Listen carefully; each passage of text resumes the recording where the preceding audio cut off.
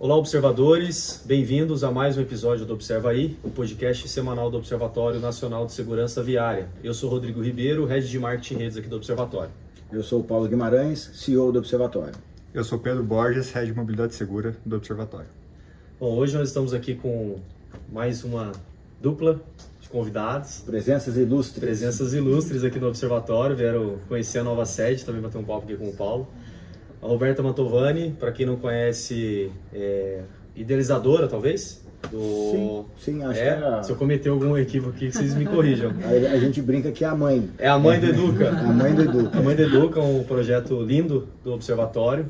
E aqui também com a Mari, que é coordenadora de Educação para o Trânsito. Prazer receber vocês aqui. Obrigada. As duas são da cidade de Campinas, trabalham hoje na INDEC, né? Podiam se apresentar aí, né? Melhor do que a gente apresentar. Porque a Roberta, inclusive, tem uma história, né, que vem de lá de trás da Educação para o Trânsito, aqui do ladinho de São José de Caçapava, né, Roberta? Sim. Eu comecei a trabalhar com educação de trânsito, eu sou pedagoga também, a minha formação é em pedagogia, e eu comecei a trabalhar com educação para o trânsito no primeiro concurso que teve aqui na região do Vale do Paraíba para credenciar educadores de trânsito com um novo código em Caçapava. Depois de Caçapava, Campinas, fiquei fora um pouquinho, trabalhei um tempo com o observatório e agora tenho a honra de estar em Campinas novamente. Bom, eu comecei lá na INDEC em 2006, na verdade da outra vez, né, Rô, que você estava lá, e gostei tanto da área que acabei ficando. Então, foi picada. Exatamente. Exatamente. Então aí eu passei no concurso, então eu sou uma analista de educação de carreira, mas hoje eu tô como coordenadora da área de educação lá da INDEC, trabalhando junto com a Rô. Pra você ver, a Mari começou como estagiária lá na INDEC, eu comecei como estagiário aqui na Prefeitura de São José. O Pedro começou como estagiário aqui no Observatório também, né? Hoje tem essa liderança aí na parte técnica e a gente está aqui, né? Vai crescendo, vai evoluindo, é um assunto que a gente gosta muito. E a gente vai falar hoje sobre educação para o trânsito, vamos falar um pouquinho sobre Educa, mas tem uma coisa que eu falo bastante, Roberta, e aprendi com você, a nossa professora, a nossa mentora aqui de educação para o trânsito, que é quando a gente divide o processo educativo naquelas 3 grandes etapas, né? Vocês já ouviram eu falar bastante sobre isso, e eu aprendi isso com a Roberta, né? Que é a formação, a informação e a reformação, né? Aqueles 3 conjuntos de atividades e de etapas, né? A formação sendo quando a gente está ali trabalhando com as crianças, fazendo a formação de cidadania dessas crianças, ensinando ali compartilhamento de espaço público, de respeito às regras, e acho que isso é um grande resultado, né, que a gente espera do programa Educa. Na parte de formação, uma grande deficiência que a gente tem hoje no país, que é a necessidade de evoluir com o processo de formação de condutores.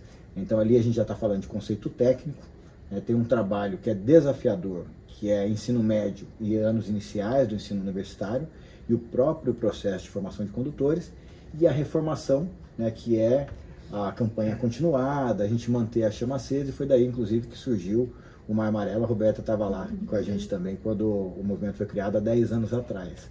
Então, Roberta, ainda vale esse conceito? Ainda estou falando certo, Roberta? É um conceito importante, né? Porque se a gente olha para as questões da educação com esse olhar macro e entende que é possível ter um processo, né? E aí a gente tem trabalhado muito lá, né, Mari, nessa discussão da educação para a mobilidade, né? Que até transcende a discussão do próprio trânsito, né? Ela extrapola, né, a questão mais específica do trânsito e tal. Esse conceito ele nos permite intervir e fazer ações durante a vida toda do indivíduo, né? E permite a gente fazer essa discussão da importância de ter o processo de educação transversalizado na educação básica, né? Relacionado com a universidade.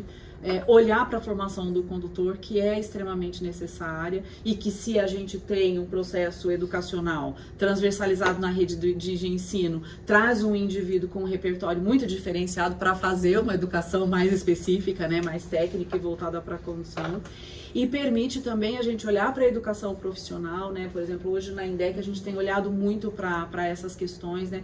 Do quanto é importante a gente dialogar a educação também com a educação profissional e permite a gente olhar para as questões das campanhas educativas, das campanhas educativas de massa, de ter campanhas educativas cada vez mais potentes, né? Movimentos, como é o Maio Amarelo, enfim, e outros que a gente realiza, que possam sempre chamar novamente para reflexão sobre a questão da violência no trânsito, sobre a questão da quantidade de mortos, né, e feridos que a gente tem no nosso trânsito. Então, vale e é importante, né, acho que ele acaba se colocando de maneira diferente, em diferentes locais, mas traz essa possibilidade da gente ter um trabalho continuado e de ter um trabalho complementar. Na verdade, né, os 3 eixos acabam se complementando aí para uma formação mais abrangente, mais sólida, né?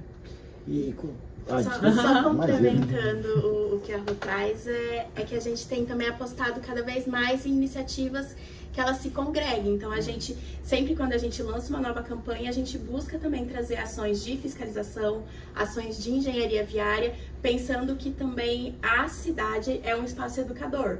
Então quando a gente também modifica a estrutura da cidade, a gente também está garantindo ações de segurança para as pessoas.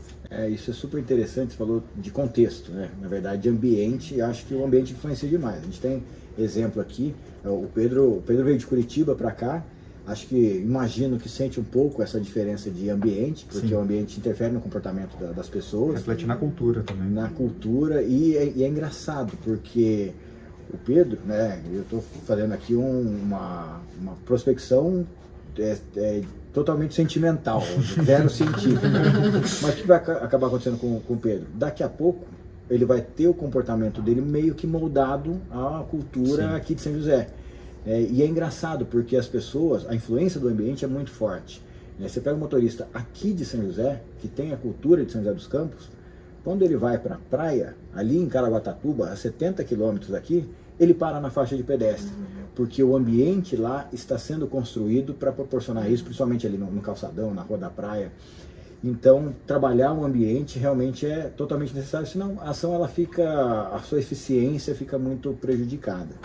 E eu gosto de falar muito sobre microculturas. Eu acho que a gente tem um objetivo de alteração de macrocultura de segurança viária, mas a gente faz isso a partir da atuação em microculturas. Então, a comunidade escolar, os motoristas, os transportadores. Nessa lógica, qual que é o maior desafio? Qual que é o ambiente mais desafiador? Porque eu fico até emocionado quando eu sou convidado, por exemplo, para ir numa escola, conversar com as crianças. A criança absorve demais, né? Ela fica responde atenta, muito, responde. Qual que é hoje o maior desafio? Eu sei que o jovem hoje, né, entre as vítimas, né, Pedro? O Pedro acabou de fazer um levantamento aqui. A gente tem vítima pedestre, mais idade mais avançada, Sim. e o jovem hoje muito envolvido com a motocicleta. E acho que, pelo menos assim, no meu ponto de vista de engenheiro pedagogo, é a maior dificuldade. Mas agora na visão das pedagogas mesmo, né? Onde a gente tem mais dificuldade, o maior desafio para entrar e causar essa reflexão e mudança de comportamento? Eu acredito que é com o público jovem e adulto mesmo, né? Tanto de ter um espaço em que você mobiliza essas pessoas para você conseguir de fato conversar com elas, e também para que quando a gente leva a mensagem, que essa mensagem ela seja recebida, porque existe muita resistência, existe já as crenças consolidadas. Então eu acredito que o público jovem e adulto é o público que a gente mais precisa, e principalmente, né, condutores de motocicleta, condutores de carro também. Então são os públicos em que a gente mais tem a dificuldade. A gente faz uma série de ações lá em Campinas, justamente pensando em diferentes estratégias para diferentes públicos, porque também é um público muito diverso, né? A gente pensa em diferentes estratégias para diferentes públicos, e mesmo assim a gente ainda tem essa coisa de se preocupar em que a mensagem chegue e fique, né? Então que ela não só chegue, mas que ela chegue e também reverbere de alguma forma naquela pessoa. Muito legal. E como é que estão os dados de Campinas, né? Teve evolução? Eu tive recentemente lá num dos eventos do Maio Amarelo, até a gente foi apresentar o programa Educa, lá as ações educativas, e foi distribuído material lá em Campinas comemorando alguns resultados, né? Como é que está hoje ali o ambiente da cidade? O que vocês sentem assim de evolução? A gente tem feito um trabalho em Campinas bastante intenso no sentido de trazer para as nossas ações o conceito de visão zero de sistemas seguros. É um aprendizado para o país, né? Então o Penatrans traz esse desafio para a gente. E é um desafio para a nossa formação profissional, né? Porque acho que todos os órgãos do Sistema Nacional de Trânsito estão passando por esse mesmo desafio, né? E buscando parcerias, iniciativas e trabalhos que possam nos permitir conseguir efetivamente levar esse conceito para as cidades. E a gente veio começando a construir esses processos, né, de 2001 para cá, 2020, 2001 para cá. Alguns resultados a gente já tem conseguido com o público motociclistas, apesar deles do público que usa a motocicleta ainda ser, né, o grupo que mais se envolve nos sinistros de trânsito, que mais vem a óbito, né, e tem lesões graves na cidade, mas a gente tem conseguido já alguns resultados de mobilização, integrando, como a Mari disse, ações de comunicação, ações de educação, né, então a gente tem um trabalho de comunicação, tem trabalhos de educação, como cursos, por exemplo, de pilotagem segura, pilotagem preventiva, enfim, uma série de ações que reúnem atividades em ambiente digital, atividades presenciais, enfim, né, intervenções nesse sentido.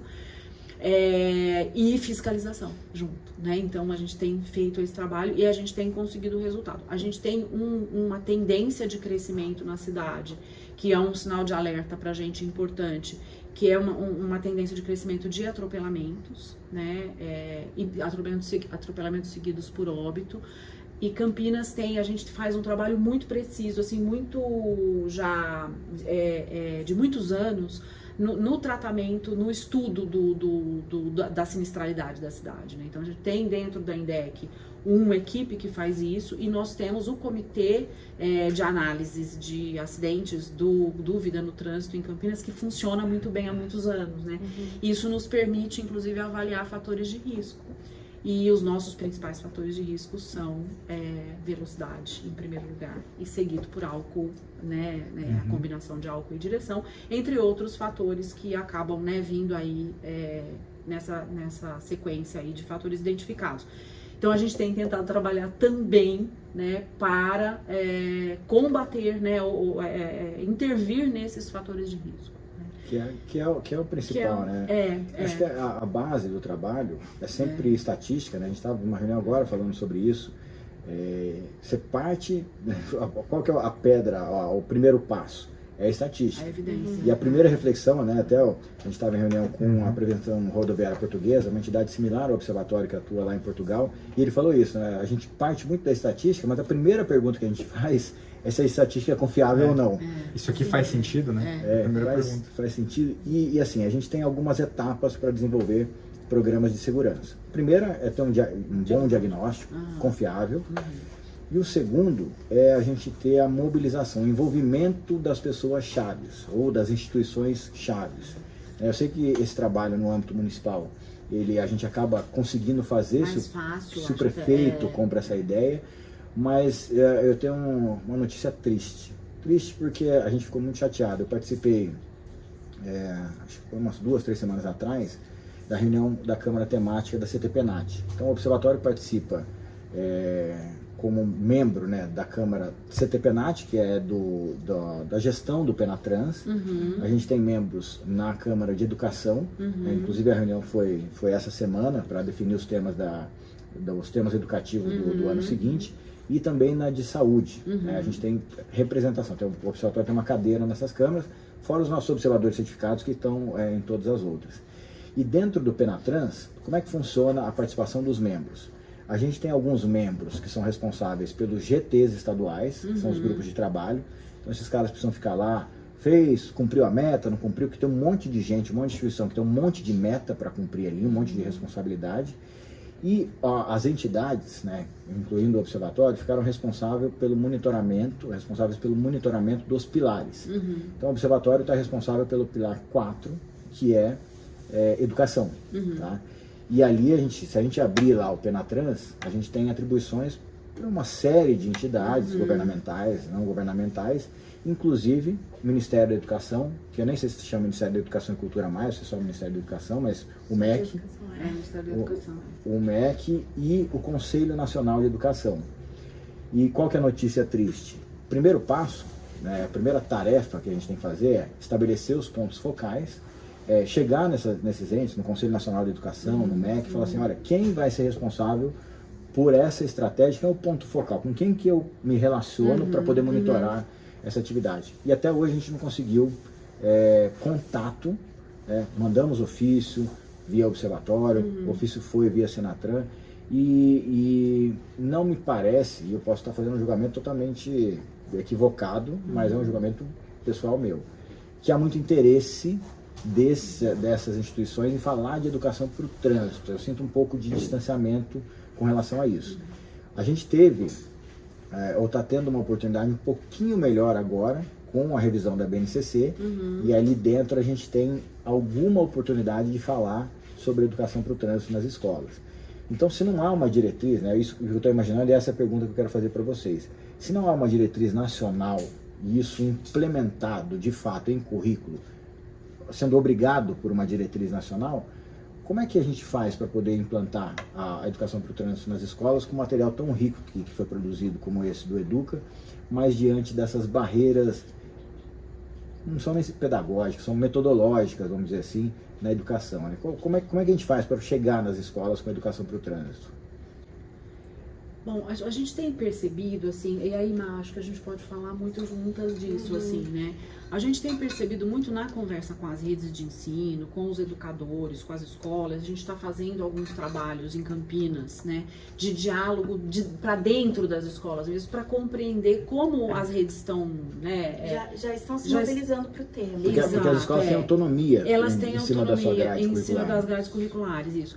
E o que a gente percebe bastante é que, assim, é essa necessidade da gente trazer o tema, que é um tema importante, é um tema fundamental, dentro de um contexto de vida, de um contexto de cidade, né, de percepção, assim, de que qual é o acesso que eu tenho à cidade, que tipo de acesso eu quero ter, como é que eu ajudo a construir essa cidade, que protagonismo, né, se tem para ajudar a construir essa cidade, e nesse contexto vem a discussão da mobilidade, do trânsito, da segurança, do trânsito, da segurança viária.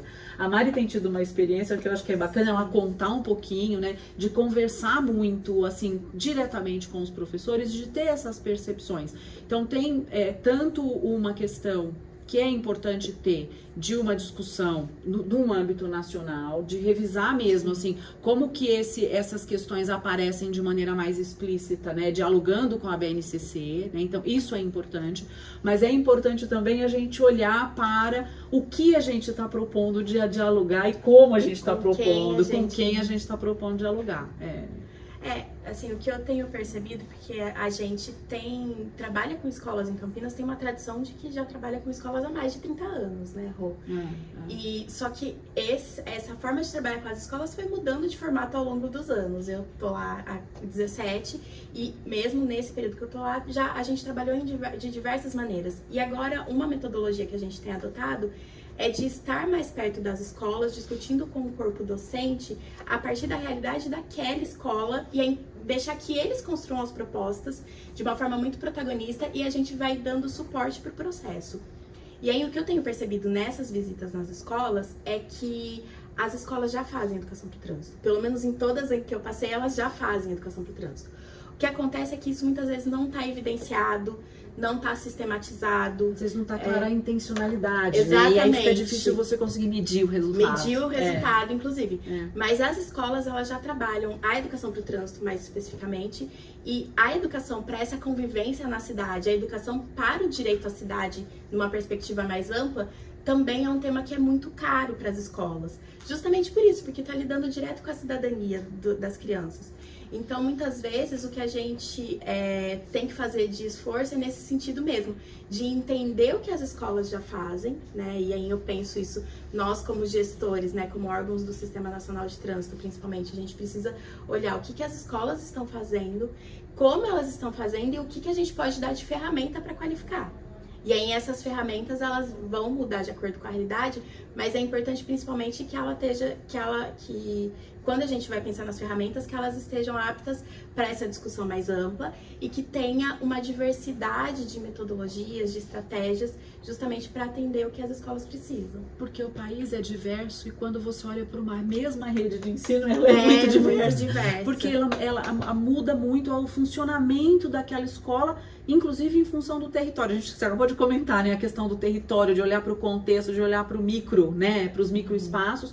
Então, às vezes, o próprio funcionamento, as prioridades daquele grupo de professores, daquele grupo de pessoas que estão ali, né, tocando um processo de ensino dentro de uma unidade escolar, ele se determina até pelo território, ou até não, né, principalmente muito pelo território aonde está, né. Então... E acho que a própria característica da escola, né, se a gente pegar a escola pública e privada, por exemplo, a própria característica da escola determina o entorno ali, o que acontece no entorno. Então, você tem na escola pública os alunos indo a pé, de bicicleta, você tem um problema de travessia, de risco na travessia.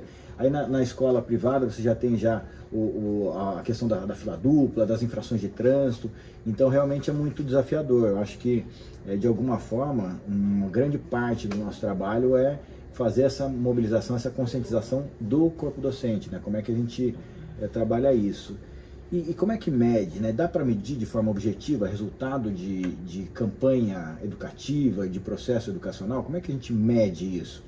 Porque eu até uso o exemplo aqui, assim, a gente, quando tem uma fiscalização, por exemplo, é muito direto, né? Principalmente quando a gente fala de controle de velocidade pontual. Eu estou ali com problema de excesso de velocidade, eu ponho um equipamento de fiscalização eletrônica, um radar ali, pontualmente eu consigo ter um resultado muito objetivo. Como é que a gente mede nas ações educativas? Falando das campanhas, né, vamos dividir, né, em campanhas e em escolas, né?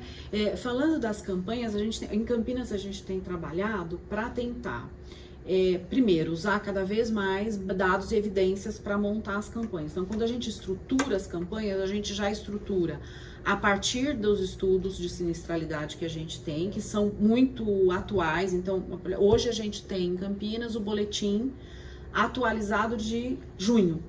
Então, a gente tem o boletim fechadinho de junho com todos os dados, né, de sinistralidade da cidade, principalmente aquele que é focado nos óbitos. A gente ainda tem uma subnotificação dos feridos, né? Mas a notificação que a gente tem já nos permite ter isso espacializado, porque a gente georreferencia, né, as ocorrências em Campinas.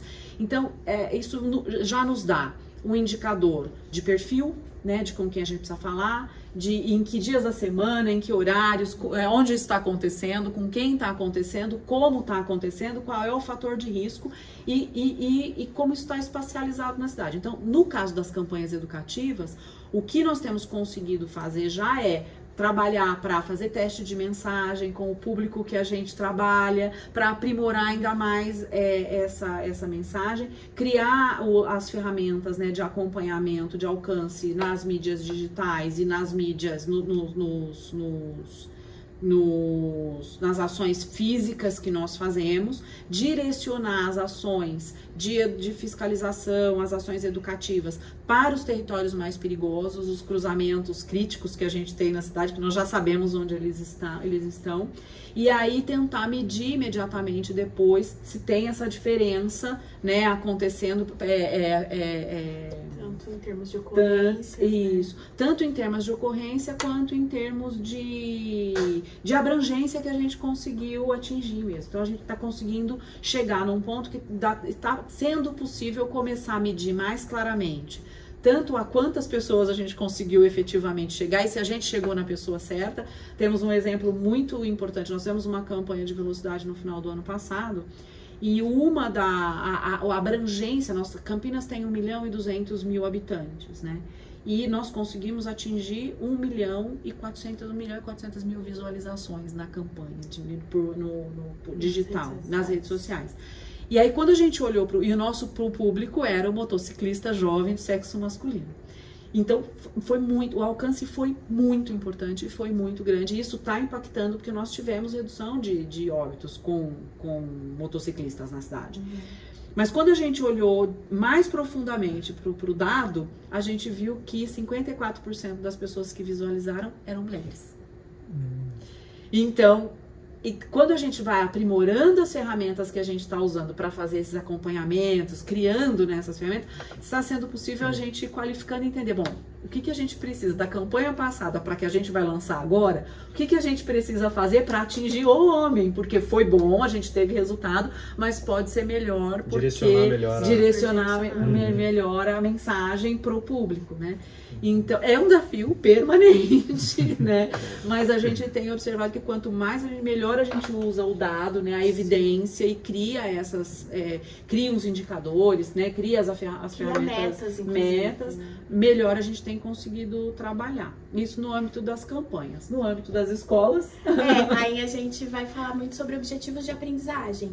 E aí, as formas de avaliação, lá na INDEC, pelo menos, a gente procura respeitar muito o processo que as escolas já têm das suas próprias métricas para avaliar os objetivos alcançados. O que a gente pensa é que, ao final do processo, a gente quer que o aluno seja capaz de.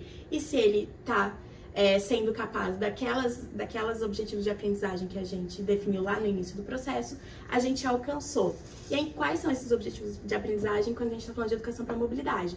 De compreender o contexto da cidade que ele vive, de compreender as diferenças de territórios, de ter a percepção de risco, de compreender como ele pode também atuar. A gente tem trabalhado muito nessa perspectiva também do aluno como protagonista na transformação da cidade em que ele quer viver. Então, se a gente conseguir alcançar esses objetivos de aprendizagem, esses são os nossos indicadores. É totalmente o desenvolvimento do conceito de cidadania, né? Isso totalmente. Mesmo. E aí, para a gente entrar na nossa última parte aqui, Roberto, fala um pouquinho desse seu filho aqui. Bom, a gente começou a olhar, né, para a construção do Educa em 2014, 15, né? Foi de 14 para 15. 14 para 15. Nessa época eu estava lá trabalhando, né, com o Observatório, desenvolvendo alguns projetos. O Educa foi feito por muitas mãos. Mari participou do Educa muito. Reni, Érica, enfim, várias pessoas. Daniela Gurgel, Campestrini, né? Então o Educa teve a participação. Contou, né, na primeira edição dele com a participação de muitos profissionais e a ideia era poder construir um material que pudesse ser uma ferramenta de trabalho para os professores, para as redes de ensino, até para os órgãos de trânsito, né, para conseguir dar o suporte aos professores para realizar a educação para o trânsito, né, no ensino fundamental.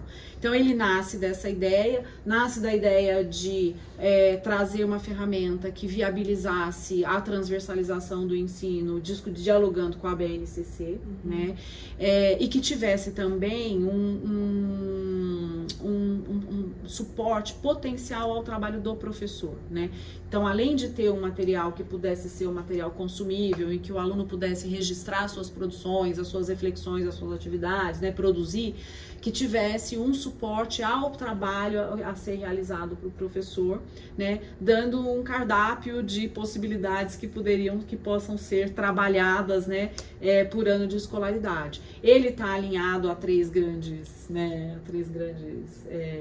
áreas de conhecimento, né, com esse objetivo mesmo de ajudar nessa construção por parte dos professores, e ele permite que o professor possa planejar o uso também durante o ano letivo, né? Então ele tem essa possibilidade de que o professor possa, ao fazer o seu planejamento, olhar para o material, né, para as ferramentas que o material entrega, né, e integrar essas ações transversalizadas às áreas de conhecimento, né, às atividades que são relacionadas, então, e propõe muita coisa que dialoga, inclusive, com outros temas transversais que são muito caros à área de educação, né, também, como a questão da saúde, a questão da cidadania, a questão ambiental, né, que tem uma relação, a questão dos próprios direitos, né, quando a gente olha, né, para o direito à cidade, enfim. E que eu acho que um diferencial muito legal desse trabalho é uma coleção de 19 livros, então é do primeiro ao nono ano, professor e aluno. Então, dá uma ajuda para mim, pega esse primeiro aqui. Isso. E são 19, porque a gente tem 9 anos, um para cada. Vitão, dá um oi aqui, é o nosso produtor aqui do podcast. Então, tá falando sozinho. Nosso produtor. o referencial teórico, né? Então, além do livro do aluno e do professor para cada ano de escolaridade, eu pedi para pegar, porque agora a gente, aliás, vou fazer um parênteses aqui. A gente está... Agora que eu começo a suar frio. Eu vou te contar uma história. Tá, e pior que não vai nem senta que lá vem a história. Pausa aqui, eu já falo do referencial teórico, vou falar aqui da estrutura do nosso podcast. Hoje a gente está com 2 câmeras, por isso que eu pedi para o Vitão pegar aqui, para as pessoas conhecerem o nosso referencial teórico.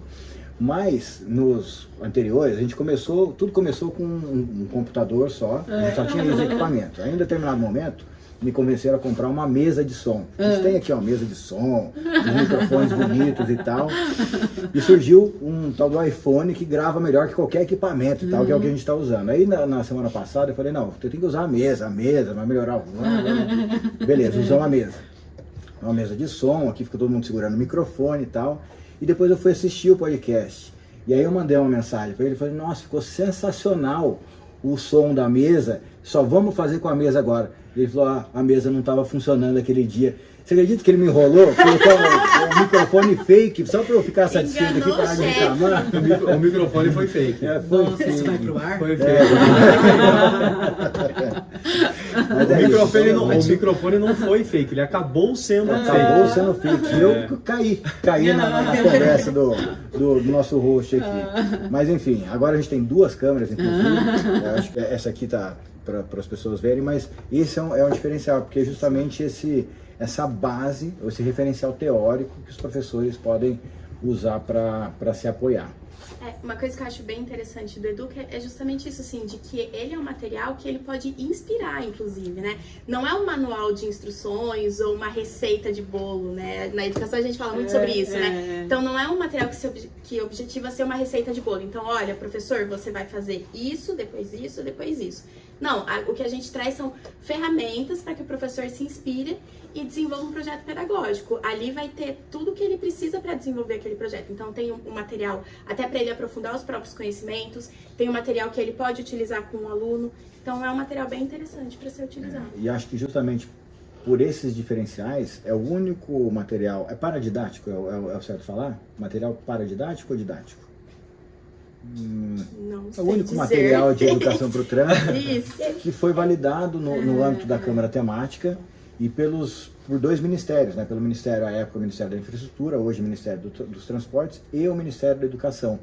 Então, realmente, é um material assim que é o que eu tenho orgulho, eu acho que é o melhor que a gente tem hoje disponível. Então, legal, parabéns para muito vocês bom. aí que participaram do projeto. E acompanhar também as crianças em sala de aula, utilizando os livros também é muito bacana. Eu já tive essa experiência aqui em São José e é bem diferente, assim. Criança é diferente, né? O engajamento deles é outro.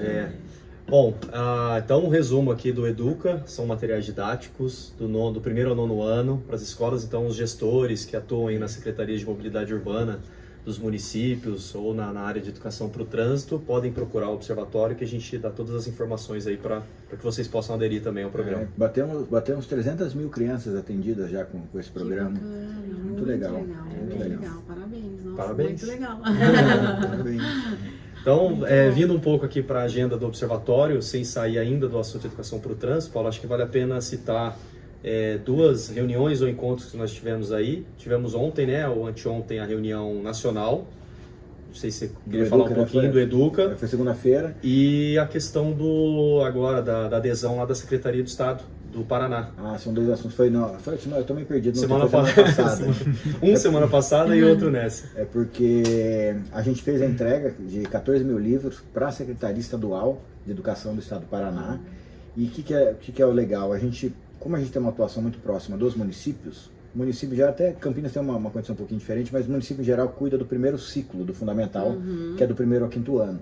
Então agora a gente vai ter um trabalho bem focado no 2º ciclo do ensino fundamental por meio da Secretaria Estadual de Educação do Estado, e a Estefânia, que é observadora certificado, que faz parte da equipe de coordenação pedagógica nacional do Educa, fica lá em Curitiba e vai fazer um relato da aplicação e dos resultados desse material no 2º ciclo do ensino fundamental. Que bacana. Inclusive é parte da tese de mestrado que ela está desenvolvendo lá na Federal de Curitiba, então vai ser muito legal. E na segunda-feira a gente teve uma reunião aberta para recepcionar os novos professores, os novos pedagogos que estão entrando aí no projeto, que vão passar a aplicar os materiais aí em outras cidades, né? Recentemente a gente teve uma cidade de Alagoas também recebendo esse material, iniciando o processo lá. Campinas acho que é a próxima aí na nossa lista. E dentro da nossa plataforma de acompanhamento, de capacitação, a gente e foi muito legal, depois da reunião a gente já teve quase 40 novos professores que entraram para a plataforma. Então foi 2 movimentos interessantes aí de educação para o trânsito no programa Educa que a gente fez. E na sequência, né, a gente fala de educação e essa semana a gente tem um evento grande que eu e o Pedro vamos participar lá em São Paulo, que é o Rodovias do Futuro, que é um congresso, né, promovido pela ABCR, que é a Associação Brasileira de Concessionárias de Rodovias, Isso. Que é parceira também do Observatório, e a ideia é falar sobre infraestrutura em rodovias, aí tecnologia, ciência de dados. Fiscalização. Você já fez nosso roteiro, Pedro? Porque é bastante Não. coisa. A gente tem que escolher os painéis que a gente vai querer. Esses eventos malucos agora de hoje em dia, né? Eles põem 4, 5 Tudo ao salas mesmo para tempo. funcionar e você que lute, né? Você que lute, exatamente. Mas acho que vai ser muito interessante para a gente avançar também com um projeto interessante que a gente tem, chamado Rodovias que Perdoam. Então, a gente agora está iniciando uma nova fase desse projeto, Rodovias que Perdoam. A gente trouxe uma metodologia e uma capacitação para quem faz gestão de infraestrutura. Trouxemos conceitos de visão zero, de sistemas seguros para aplicação nas rodovias. Bacana. E isso partiu de um processo com a ANTT, que é a Agência Nacional de Transporte Terrestre, que também é parceira do Observatório, para aplicação nas rodovias concedidas. Então a gente agora vai para o DENIT, que é o Departamento Nacional de Infraestrutura de Transporte, que tem inclusive um projeto muito legal de educação para o trânsito, chamado Conexão DENIT. A semana passada também eu tive uma reunião com eles para ver como é que o programa Educa e o Conexão DENIT se conectam e se apoiam. Que legal. Porque o deles é 100% digital, o nosso ainda é 100% físico, impresso. Então, de repente, uma convergência de metodologia, uma parceria, eu acho que é uma coisa que eu tenho buscado aí com eles. Que bacana, né? Sim. Com bastante. Ideia tem de muito, tá faltando braço, né? Não, ideia é o que não falta. Ideia é o que não falta. Ideia O Paulo às vezes encosta em nós aqui e fala assim: cara, você não sabe o que eu pensei. Eu falei, não vem Vai, Vai, Você não. se esconde debaixo da mesa, Acabei né? acabei de pensar no negócio aqui. Não. Olha isso, então a agenda Cheia como sempre. cheia como sempre. Semana que vem, não sei se o Pedro vai conseguir ir comigo ainda, mas eu já estou agendado para ir. A gente tem o SEST Senat Summit. O SEST Senat, que é um mantenedor do Observatório, que vai produzir 2 dias de eventos também para falar especificamente sobre segurança, num conceito um pouco mais inovador, né? Falar um pouco aí sobre também despoluição, descarbonização do sistema de mobilidade. Então a gente está lá também participando. Isso é trabalho, isso. viu, gente? É. Isso é trabalho. Essas viagens são trabalho, é né? trabalho. Bom, beleza. Chegamos aqui ao momento da nossa... A gente estava conversando em off, que elas já estão sabendo. A dica e curiosidade da semana. O Pedro, quer começar, Pedro? Com a Começo. dica da semana? Então, é uma dica com adendo. Então, vou aproveitar o contexto aí do Dia do Pedestre, que foi ontem, dia 8 de agosto. Então, vou deixar minha dica para os pedestres respeitarem a sinalização, principalmente a faixa de pedestres. Quando não houver a faixa, evitar atravessar entre carros, para manter a visibilidade ali do motorista com o pedestre. E o adendo é que, às vezes, nem sempre isso é possível. Porque, às vezes, o pedestre se encontra num lugar que, às vezes, não tem nenhuma calçada boa para ele transitar. Então, o adendo que eu quero deixar também é tirar um pouco dessa responsabilidade do pedestre, que muitas vezes é a vítima, é o elo mais fraco aí do trânsito, e também pensar em cidades que sejam trafegáveis para o pedestre. Não adianta a gente só ficar falando do pedestre, caminhados, exatamente. Não adianta só a gente ficar pensando e passando essas dicas para o pedestre sem a gente garantir até que A infraestrutura... uma infraestrutura boa para ele e também sem garantir até uma velocidade que seja compatível com a vida dele, com o bem-estar de todos. Então fica aí essa dica e essa pequena crítica. Então a responsabilidade é compartilhada. Exatamente. Isso é o conceito de visão zero. Isso aí. E o Pedro sempre traz a dica da semana e fica na minha responsabilidade a curiosidade da semana. Então, hoje eu tenho uma boa. Dia Mundial do Pedestre, né? Dia Internacional, Dia Mundial, né? Eu só falei dia do pedestre. fica bom. E é dia 8 de agosto. Por que dia 8? Esse que é a grande curiosidade. a gente sempre usa, acho que a foto da faixa de pedestre mais famosa do mundo é aquela onde tem os Beatles atravessando. A gente vê em toda a campanha de segurança no trânsito essa faixa, inclusive a gente reproduz essa foto. E o Dia Mundial do Pedestre se deve a essa foto, porque ela foi tirada no dia 8 de agosto de 1969, pelos Beatles, lá, né, que estampou uma capa do LP, Roberto, da nossa época, LP. né? É o LP dos Beatles. Então a curiosidade da semana é essa, né? O Dia Mundial do Pedestre foi escolhido por conta de um disco dos Beatles, né? Por conta daquela foto famosa. É isso. Muito bom. Vou contar pra ele que foi o dia que eu nasci. Foi seu aniversário? Em Então teremos 69. boa, né? Em 69, inclusive. No dia. No dia, no ano. Então temos aqui, ó. Mas do lançamento do... É um presente. Não, do lançamento do... Não, da eu, data. eu nasci no Que dia isso? 8 de agosto de 1969. Que isso? Predestinado a trabalhar com Então temos aqui a trânsito, né? embaixadora mundial. Tem o Dia Mundial do Pedestre e a embaixadora mundial do pedestre. Legal. É isso. Muito bom. Algo Show. mais? Não, só agradecer por... A gente já se conhece já há muitos anos, agradecer por todo o trabalho, por toda a dedicação. Acho que vocês, assim como todos os outros que atuam na área de trânsito, tem isso como um trabalho, muito mais que um trabalho, é uma missão. A gente se doa muito, então eu queria agradecer aí pela visita, pela participação, pelos projetos em conjunto e pela dedicação que vocês têm a essa nossa causa aí que é tão nobre, que é tão necessária aí para toda a sociedade. A gente agradece, né? Agradecemos a oportunidade de fazer aqui um podcast, foi uma surpresa muito boa, né? Então, obrigada pelo convite, pela oportunidade, pelo bate-papo, que foi muito bom, e parabéns para o Observatório, né? Pelo trabalho que vem fazendo, porque tem influenciado muito a cultura, né? De trânsito, de mobilidade, de segurança viária no país. Parabéns mesmo. Muito legal. Mário, quer falar alguma coisa? Não? Então tá bom. Agradecer as duas mais uma vez pela Obrigada. visita, pela presença. Bom, esse foi mais um episódio do Observa Aí. Gostaria de agradecer a todos os mantenedores sociais do Observatório. Quem são? A Bracico, a Anfávia, a CLT CS Senat, a GoPlus, a Gringo, a iFood, Ipiranga, Mobilidade Estadão, Raizen, Uber, Veloy e Vibra, aos mais de 450 observadores certificados, a todas as empresas, prefeituras e entidades Laço Amarelo, as que aderiram ao Educa e a todas as instituições que mantêm cooperações técnicas aqui com o Observatório. Valeu, pessoal, até a próxima. Valeu, pessoal. Vocês perceberam que o Rodrigo ele fala Go Plus. Ele fala Go Plus, mas ele começou a fazer Duolingo. Valeu, pessoal. Até a próxima. Valeu. Até a próxima.